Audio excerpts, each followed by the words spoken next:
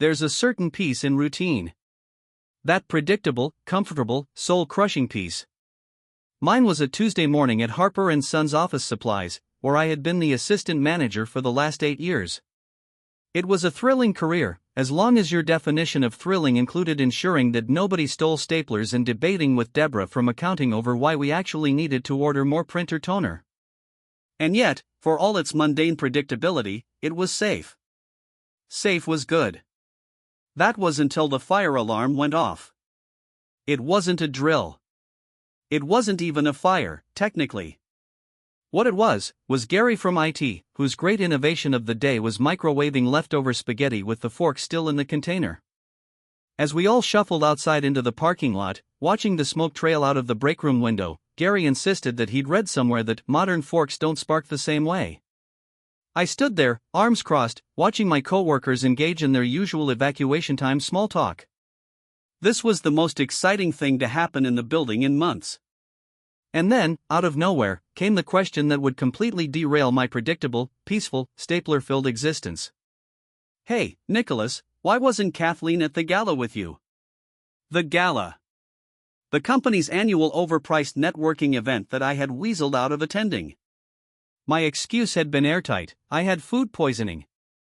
Not a mild case either. Oh no, I had committed to the performance. Fever, shivers, dramatic groaning from the couch. I had been so sick I made Kathleen go without me. She hadn't wanted to go alone, but I insisted. "It'll be good for you. Go, have fun, tell the CFO I said hi." And so, she had gone. And now, here was Dave from logistics, standing in front of me, blinking like a confused goldfish, waiting for an answer. "What do you mean?" I asked, forcing a laugh. Dave shrugged. "She wasn't there. I should have let it go. I should have said, weird. Maybe she left early and continued on with my day." But the thing about predictability is that, once you're used to it, even the smallest crack in the foundation feels like a warning siren. So instead, I asked, "You sure?" "Positive," Dave said. "I was there the whole time. Even stayed late because Brian thought it would be hilarious to try every cocktail on the menu and needed someone to carry him out. Your wife never showed up." The fire alarm was still blaring in the background, but it had faded into white noise.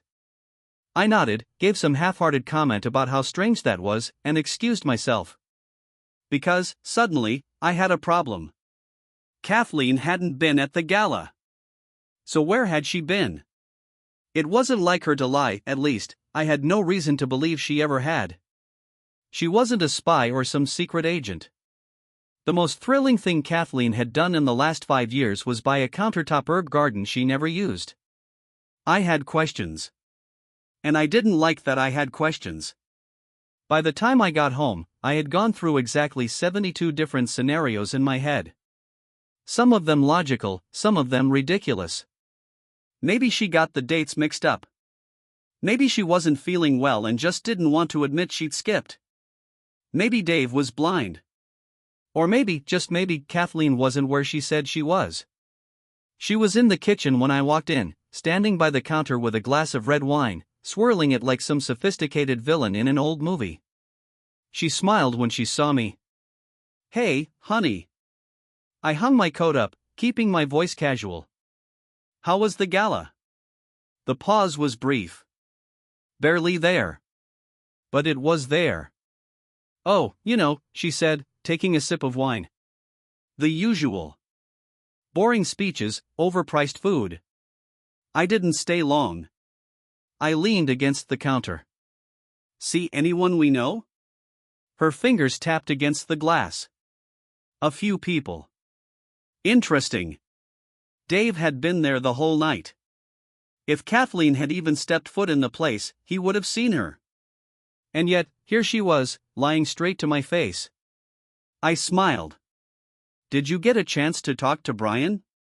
He apparently needed an escort out by the end of the night. "Oh, yeah," Kathleen said, waving a hand dismissively. "He was a mess." Now that was impressive. A detailed report on an event she never attended. I nodded, playing along. "And Claire?" She's still ranting about the budget cuts? Kathleen sighed. Oh, constantly. Fascinating. Because Claire had been out of town that entire week. Kathleen was good. But not that good. I took my time, pretending to process her words, then finally said, huh. She looked at me. What? Nothing, I said, shrugging. Dave just mentioned he didn't see you there. The wine glass stopped mid-air. For the first time that evening, I saw the first crack in her composure. She recovered quickly. Set the glass down, forced a laugh. Oh, well, you know how those things are. Crowded, chaotic. He must have missed me. Yeah, I said, nodding. Must have. I didn't believe a word she was saying. And I don't think she believed that I believed her. We stood there in silence for a moment. Then Kathleen smiled, the way people do when they're trying to smooth out tension. Anyway. How was work? Work? My entire reality was shifting under my feet, and she wanted to know how my day was? I almost laughed. But instead, I just smiled right back. Oh, you know. The usual. Boring meetings, annoying coworkers. Same old, same old. For now. The problem with catching someone in a lie is that it turns into a waiting game. You know they're lying. They don't know that you know they're lying. And now you have to sit there, pretending everything is fine, while waiting for them to trip over their own story. Kathleen, to her credit, was holding up well. The next morning, she was back to her usual self, coffee in one hand, scrolling through her tablet with the other, acting like we hadn't spent the night playing a silent game of mental chess. Anything interesting in the news? I asked, sitting across from her at the kitchen table. She barely looked up. Same stuff as always. Yeah. I took a sip of coffee. Anything about the gala? That got her attention. She glanced at me. The gala? Yeah, you know, the one you were at. I leaned back in my chair. Figured it'd make the news, considering how much money they throw at those things. She blinked. Oh. I didn't check. Ha. I nodded. Weird. She went back to her tablet, but I could see it now, she was aware. I had poked at the crack in her story, and she was waiting to see if I'd do it again. I didn't. At least, not yet. Instead, I got ready for work and acted like everything was fine. Because here's the thing, when you catch someone in a lie, the worst thing you can do is panic. You don't confront them immediately. You don't get emotional. You gather information. You let them think they got away with it. And then, when they least expect it, you make your move. I spent the day at work doing exactly that. And by that, I mean calling in a favor from the most reliable source of intelligence known to mankind, people who love office gossip. Now, I had no interest in turning my marriage into some sort of investigative thriller. But Kathleen had picked an event that happened at my company. And my company was filled with people who had nothing better to do than analyze everything that happened at said event. So I went to the break room and, like magic, found exactly who I needed, Diane. Diane had been working at Harper & Sons for 26 years, which was 25 years longer than she needed to. The woman didn't need this job. She just liked the drama. And lucky for me, she had attended the gala. I casually slid into the conversation she was having with two other employees about something completely unrelated. Big turnout at the gala? I asked, pouring myself a cup of coffee. Diane sighed. Not really. A lot of people bailed. Oh yeah? I took a sip. Kathleen said it was packed. Diane frowned. Your wife went. I looked at her. Yeah. Why? Diane shook her head. I didn't see her. I acted surprised. You sure? Positive. She folded her arms. I was at the front table the whole night. I would have noticed her. Ha! So now I had multiple sources confirming that my wife had never shown up. Which meant one thing: she had gone somewhere else. And now I needed to know where. But again, I played it cool. I wrapped up the conversation, went back to my office, and worked like nothing was wrong. Because the key to getting answers wasn't chasing them down, it was setting things up so they came straight to me. When I got home, I did what any loving husband would do: I asked my wife to go on a date. Kathleen looked up from her tablet. A date? Yeah, I said, dropping my bag by the door. Dinner, drinks. Thought it'd be nice. She hesitated. Tonight? Unless you've got plans. She smiled, but it was tight. No, I don't. Great, I said, kissing her on the forehead. Pick anywhere you want. She chose a steakhouse. Classy enough to make it feel like a real date, casual enough that she wouldn't have to dress up. We sat across from each other, ordering drinks, pretending like nothing was wrong. And then, casually, I said, "Oh, by the way, my boss is thinking about holding next year's gala somewhere else." Kathleen raised an eyebrow. Yeah? Yeah. He said turnout was low. People got bored. I took a sip of my drink. Said he's thinking about making it invite only next time. She nodded, but her fingers were tapping against her glass. Well, I'm sure whatever he picks will be nice. I tilted my head. Yeah? You liked the venue this year? She paused. It was fine. Fine. A place she never went to was fine. I smiled. Yeah, I wasn't sure if it'd be too small. You didn't feel crowded? Another pause.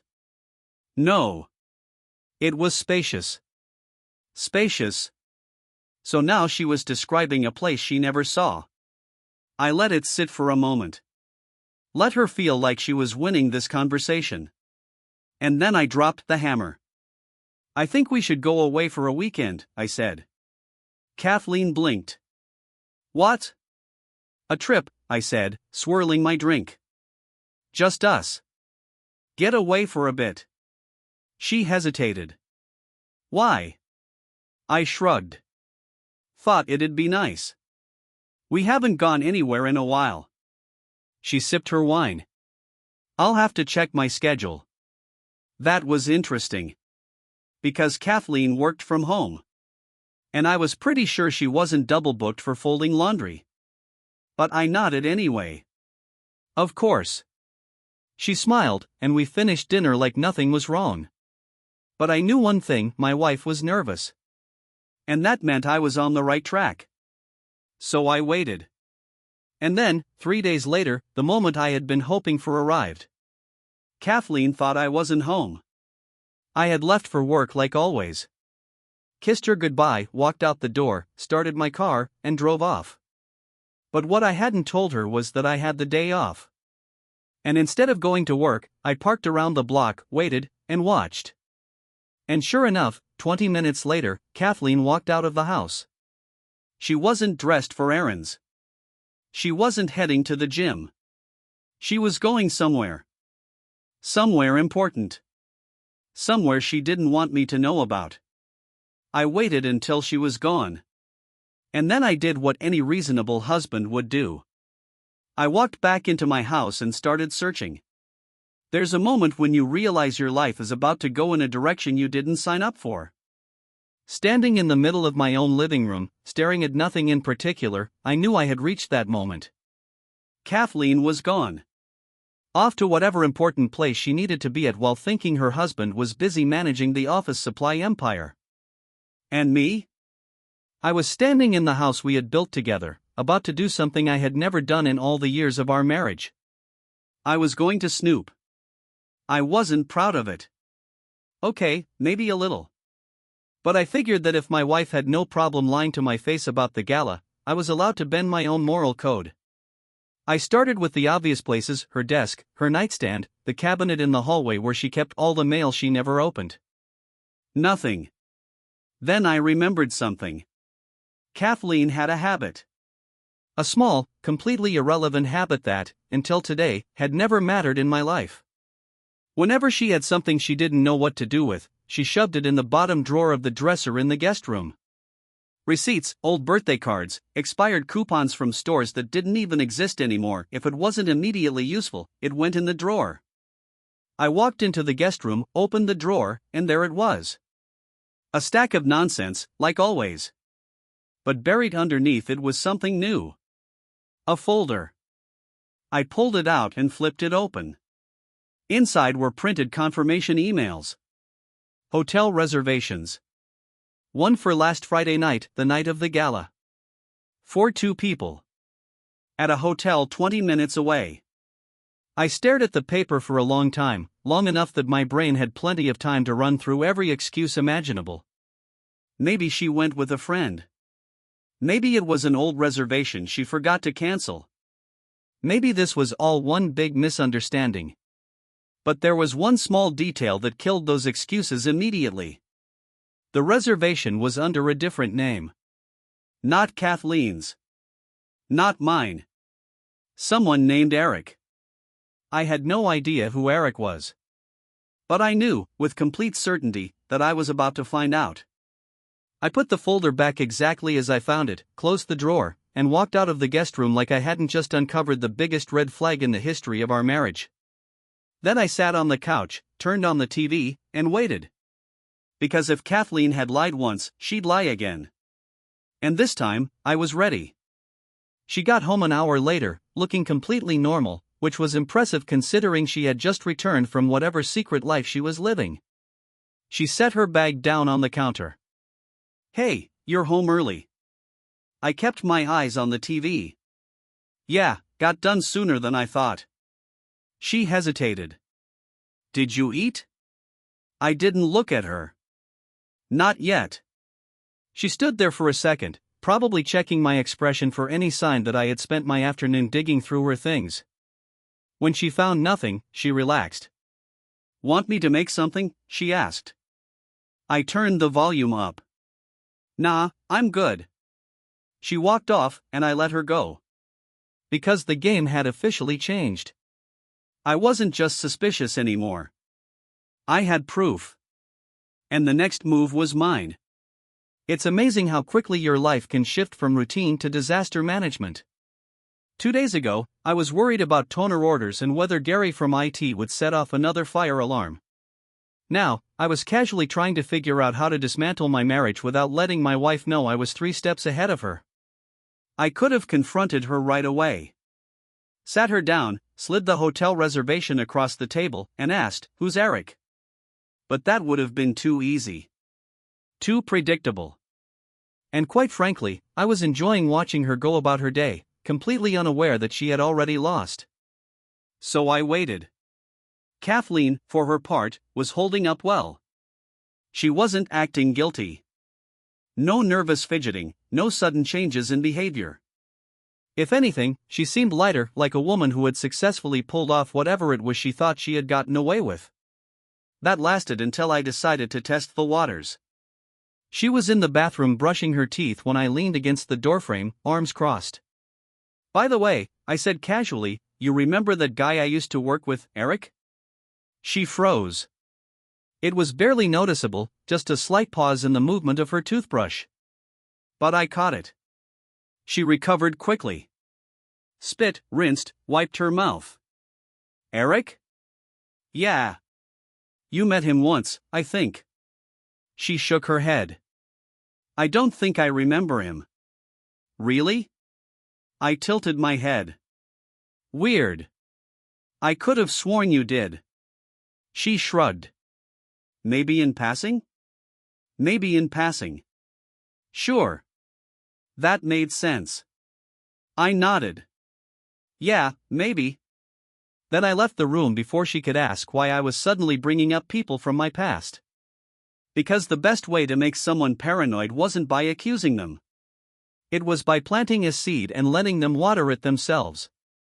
And judging by the way she avoided looking at me for the rest of the night, that seed was growing just fine. The next morning, I decided to escalate. I didn't go to work. Didn't even pretend to. Instead, I waited until Kathleen left the house and then went right back to her secret drawer. Because while finding the hotel reservation had been a stroke of luck, now I was looking for something specific. A phone. Kathleen wasn't fool. She wasn't reckless. If she was meeting someone behind my back, she wasn't texting him on her main number. And that meant she had another way to communicate with him. It took me 20 minutes, but I found it. Tucked inside an old shoebox, underneath some random papers that looked like they hadn't been touched in years, was a second phone. A cheap one, the kind you buy in cash with no contract. I turned it on. No password. Which meant Kathleen, for all her deception, had gotten lazy. Messages popped up immediately. Eric, you free this weekend? Kathleen, maybe. I'll let you know. Eric, you miss me? Kathleen, of course. I scrolled up. There wasn't much history, which meant she had been deleting messages. But not all of them. And definitely not the ones confirming exactly what I already knew. Kathleen wasn't just seeing someone. She was in a full-fledged relationship with this guy. I should have been angry. But honestly, at this point, I was just fascinated.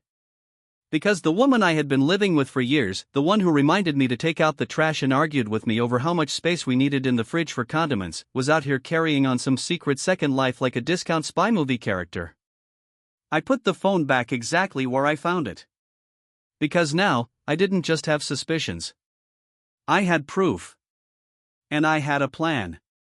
People react differently when they know they've been caught. Some panic, some deny, some flip the blame back on you like you were the one sneaking around behind their back. But the best liars? They stay calm. They act like nothing's wrong.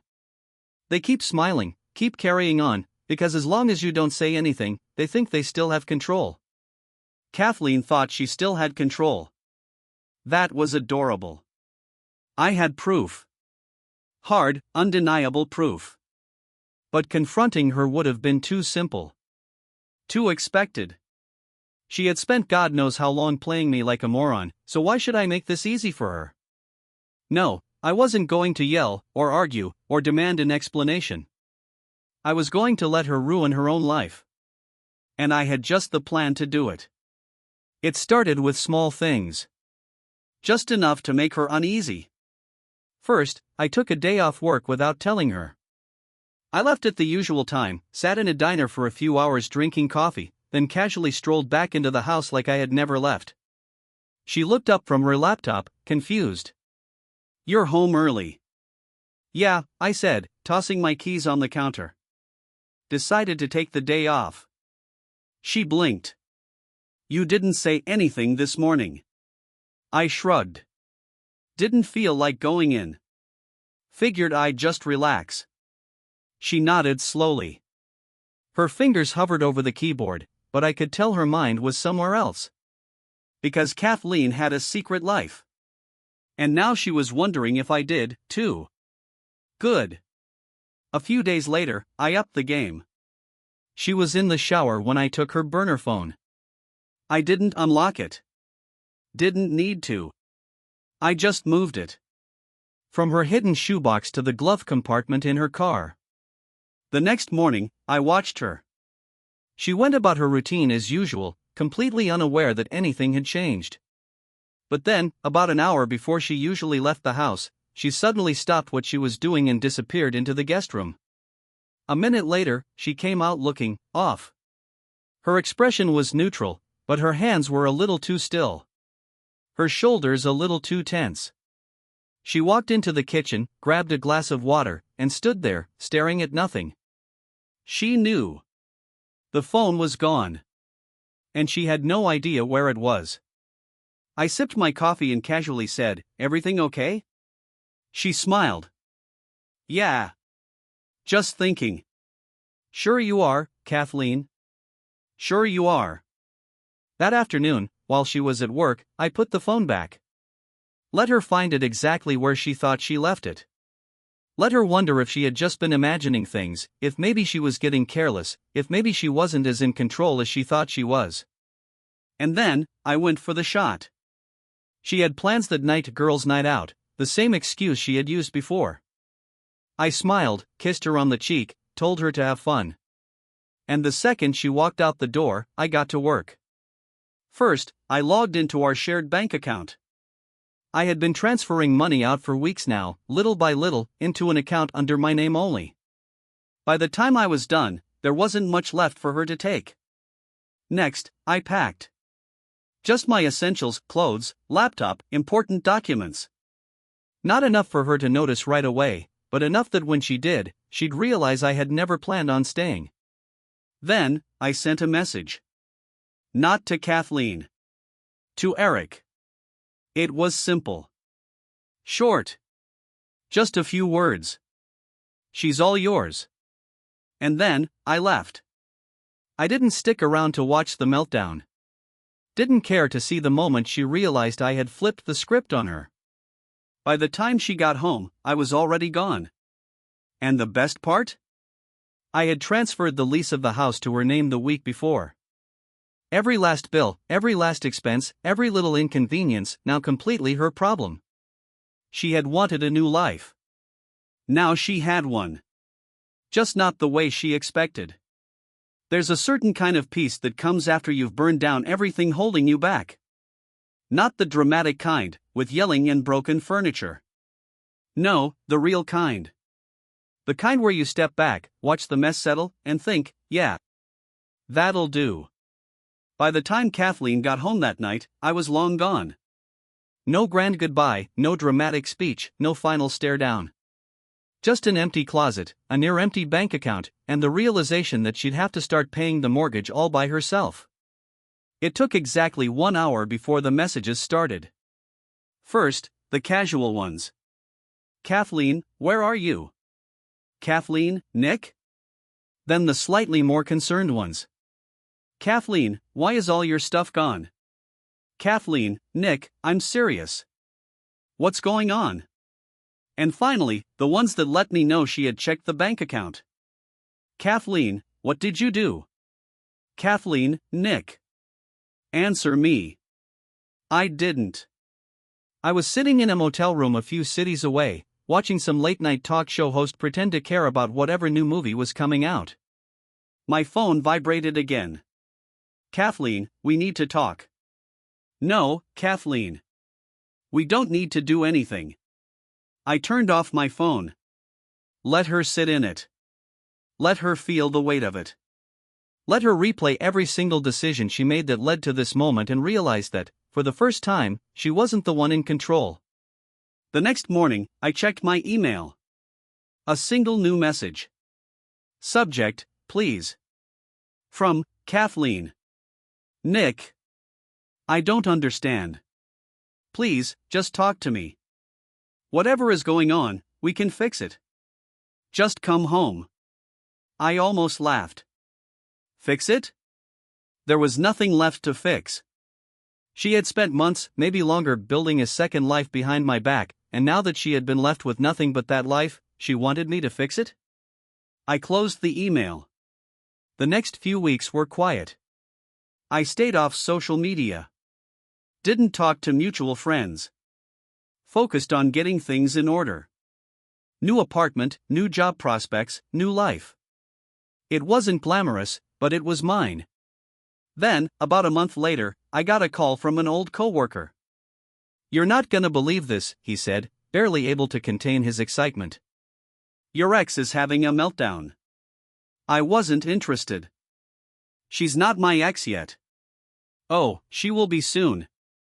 He chuckled. She's telling everyone you robbed her.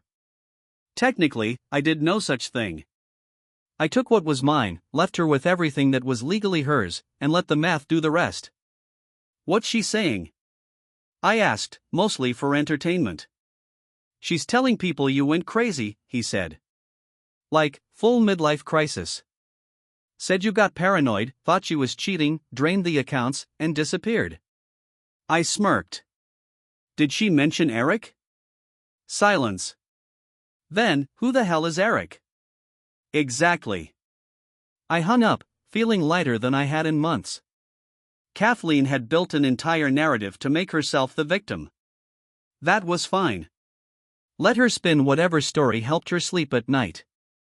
It didn't change the truth. A week later, divorce papers were sent. She didn't contest. Not because she agreed with it, no, I was sure she hated it.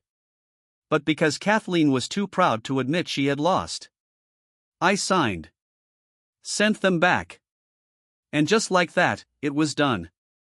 No final argument. No big moment. Just a signature and the end of something that should have ended long before. And as I walked out of the lawyer's office, for the first time in a long time, I felt free. Thanks for watching. Please hit the like button and rate the story in the comments.